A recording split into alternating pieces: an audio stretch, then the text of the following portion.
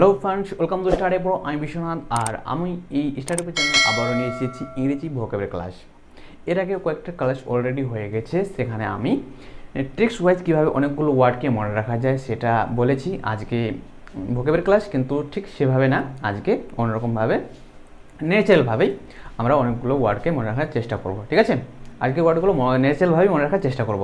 ঠিক আছে, তো তোমরা যারা এই চ্যানেলে প্রথম এসেছো তাদের উদ্দেশ্যে বলে দিই, যদি সেই ক্লাসটা দেখোনি তাহলে সেই ক্লাসটা দেখে নেবে আর আমাদের এই চ্যানেলকে সাবস্ক্রাইব করে নেবে আর তোমাদের প্রয়োজন মতো ক্লাসগুলো করবে। ঠিক আছে, তাহলে আর কথা না বাড়ি এই ক্লাসটা শুরু করি। ক্লাসটা আচ্ছা, প্রথম যেটা ওয়ার্ড হচ্ছে এই ক্লাসে প্রথম যেটা ওয়ার্ড হচ্ছে সেটা হচ্ছে ম্যালেজ। হ্যাঁ, ম্যালেজ যেটা বাংলা অর্থ হচ্ছে অসুস্থতা বোধ। ঠিক আছে, বাংলা অর্থ হচ্ছে অসুস্থতা বোধ। আর ম্যালেজ যেটা ইংরেজি গ্রামারে নাউন। ঠিক আছে, কোনো কিছু নাম বোঝালে তাকে আমরা নাউন বলি, এটা হচ্ছে নাউন, নাউন হিসাবে এটা কাজ করবে। ঠিক আছে, তারপর ডিজায়ার। ডিজায়ার এটাও নাউন, যার বাংলা অর্থ হচ্ছে ইচ্ছা বা আকাঙ্ক্ষা। যেটা সিমিলার ওয়ার্ড হচ্ছে উইশ, হোপ এরকম। তাহলে এগুলো মনে রাখবে, উইশ, হোপ এর সিমিলার ওয়ার্ড, যেটার বাংলা অর্থ হচ্ছে ইচ্ছা বা আকাঙ্ক্ষা। ঠিক আছে, বোঝা গেল। এবার রিভেল। রিভেল যেটা ইংরেজি গ্রামারে ভার্ব, ইংরেজি গ্রামারে যেটা ভার্ব রিভেল, সেটার মানে হচ্ছে প্রকাশ করা। কোনো কিছু প্রকাশ করাকে আমরা রিভিল বলি। ঠিক আছে, রিভেল। হ্যাঁ, রিভেল ইংরেজি গ্রামারে ভার্ব, মনে রাখবে এগুলো। আচ্ছা, ওরশিপ। ওরশিপ এটা নাউন হিসাবেও কাজ হয়, ভার্ব হিসাবেও কাজ হয়। ঠিক আছে, ওরশিপ এটা নাউন হিসাবেও কাজ হয় আর ভার্ব হিসাবে কাজ হয়। ঠিক আছে, মনে রাখবে যে এটার বাংলা অর্থ হচ্ছে ভগবানের উপাসনা। যখন নাউন হিসাবে কাজ করবে তখন সেটার বাংলা অর্থ হবে ভগবানের উপাসনা করা। ঠিক আছে, ভগবানের উপাসনা। আর যখন এটা ভার্ব হিসেবে কাজ হবে তখন হবে ভগবানের উপাসনা করা বা পূজা করা। ঠিক আছে, তাহলে ওরশিপ মানে ভগবানের পূজা করা। ঠিক আছে, অ্যাসেম্বল। অ্যাসেম্বল এটা ইংরেজি গ্রামারে ভার্ব, ইংরেজি গ্রামারে অ্যাসেম্বল হচ্ছে ভার্ব। তাহলে অ্যাসেম্বল যার বাংলা অর্থ হচ্ছে জড়ো করা বা একত্রিত করা। ঠিক আছে, একত্রিত করা বা জড়ো করা। ঠিক আছে, অ্যাসেম্বল মানে কি? জড়ো করা বা একত্রিত করা। আর এটা ইংরেজিতে ইংরেজি গ্রামারে ভার্ব। ঠিক আছে, এবার এখানে ঠিকভাবে উচ্চারণ করবে, এটা উচ্চারণে ভুল করবে না। এটা আর্কাইভ। হ্যাঁ, আর্কাইভ। আর্চিভ বা অন্য কিছু উচ্চারণ করবে না, সিএইচে চ হয়, তো এটা আর্চিভ হবে না, এটা আর্কাইভ হবে। ঠিক আছে, যেমন আর্কিটেকচার। হ্যাঁ, ঠিক সেটা এরকমভাবেই এর প্রথম ওয়ার্ডটা শুরু হয়েছে। ঠিক আছে, আর্কিটেকচার আর আর্কাইভ এই দুটোরও দেখবে যে প্রথম থেকে ঠিক সেরকমভাবে শুরু হচ্ছে।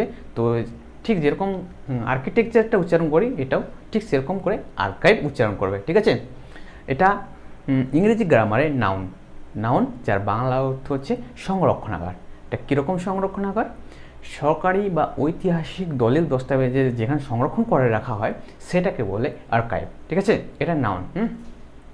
মনে রাখবে, সংরক্ষণাগার যেটা ঐতিহাসিক কোনো কিছু সংগ্রহণ করে বা সরকারি কোনো দস্তাবেজে সংরক্ষণ করে রাখে সেটাকে আমরা আর্কাইভ বলি। ঠিক আছে, এবার ইনট্যাক্ট। ইনট্যাক্ট এটা অ্যাডজেক্টিভ। ইনট্যাক্ট এটা অ্যাডজেক্টিভ, যেটা অ্যাডজেক্টিভ কি?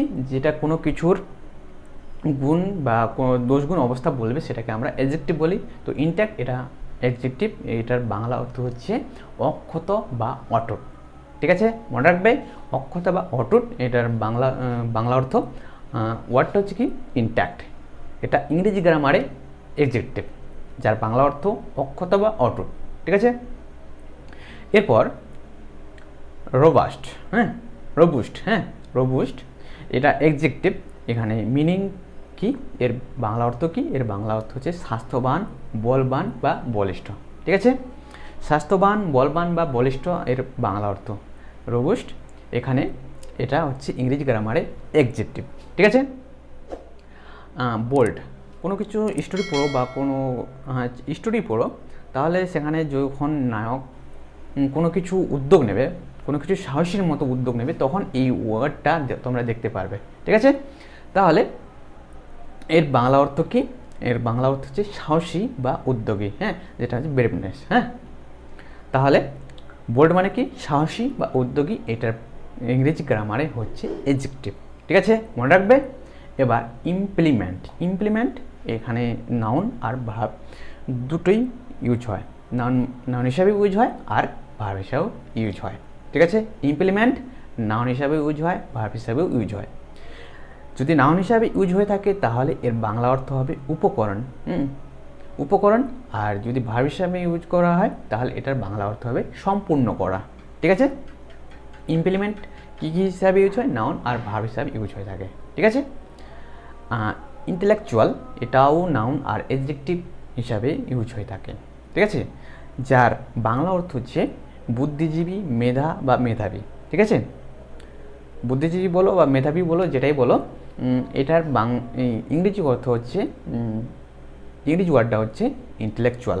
ঠিক আছে, যার বাংলা অর্থ হচ্ছে বুদ্ধিজীবী বা মেধাবী। ঠিক আছে, এটা নাউন আর এডজেক্টিভ দুই হিসেবেই ইউজ হয়ে থাকে। ঠিক আছে, তারপর ইম্পেয়ার। হ্যাঁ, ইম্পেয়ার এখানে এটা ভার্ব হিসাবে ইউজ হয়ে থাকে, যার বাংলা অর্থ হচ্ছে ক্ষতি করা বা নষ্ট করা, যেটা সিমিলার ওয়ার্ড হচ্ছে ড্যামেজ। হ্যাঁ, ড্যামেজ এটা তোমরা খুবই ফ্যামিলিয়ার। তাহলে ইম্পেয়ার মানে কি ক্ষতি করা বা নষ্ট করা বা ড্যামেজ। হ্যাঁ, তাহলে সিমিলার ওয়ার্ড যদি কোথাও চায় তাহলে তোমরা ড্যামেজ দিতে পারো। ঠিক আছে, আচ্ছা ক্যাচ। ক্যাচ এটা কি নাউন, নাউন আর ভার্ব দুটোতেই ইউজ হয়ে থাকে। ঠিক আছে, ক্যাচ নাউন আর ভার্ব দুভাবেই ইউজ হয়ে থাকে।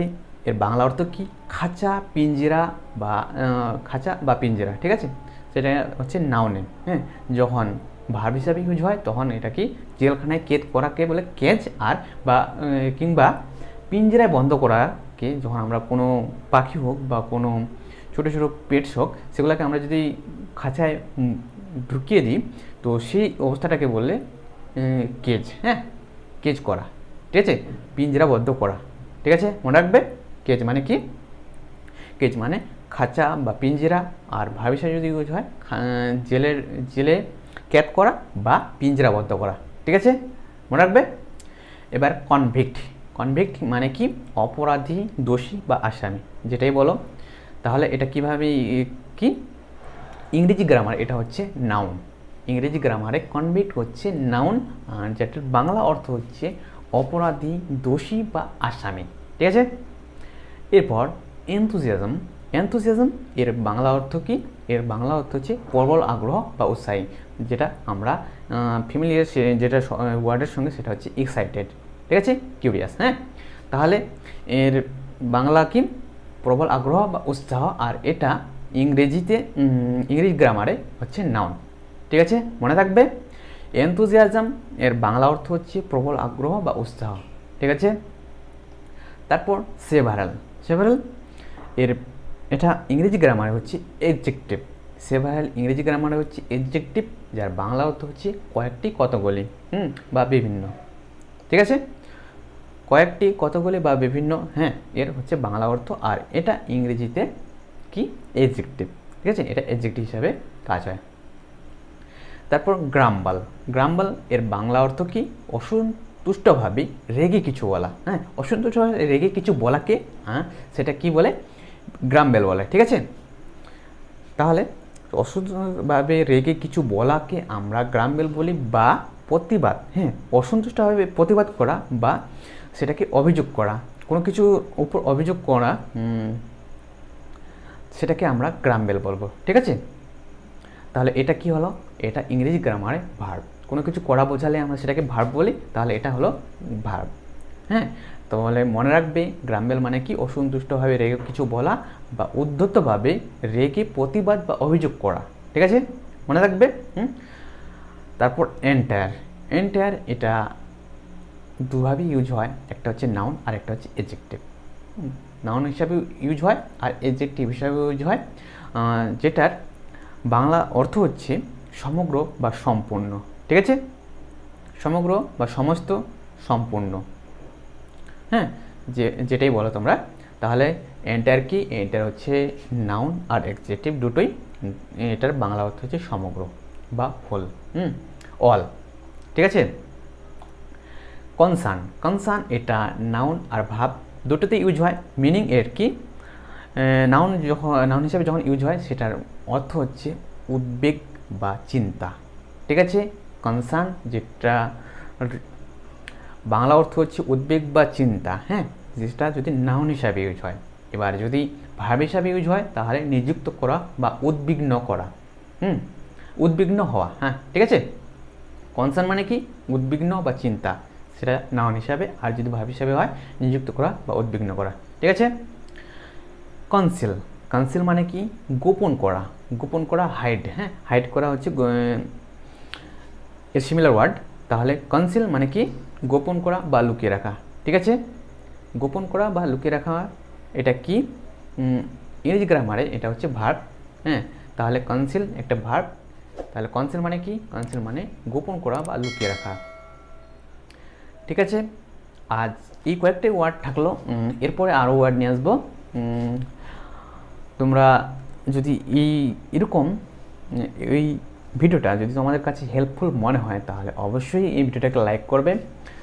তোমাদের লাইক আমাদেরকে উৎসাহিত করে, তো আমাদের এগুলো করতে ভালো লাগবে তোমরা যদি এই ভিডিওকে লাইক করো। ঠিক আছে, তাহলে আজ এই পর্যন্ত থাক, বাই, ভালো থেকো।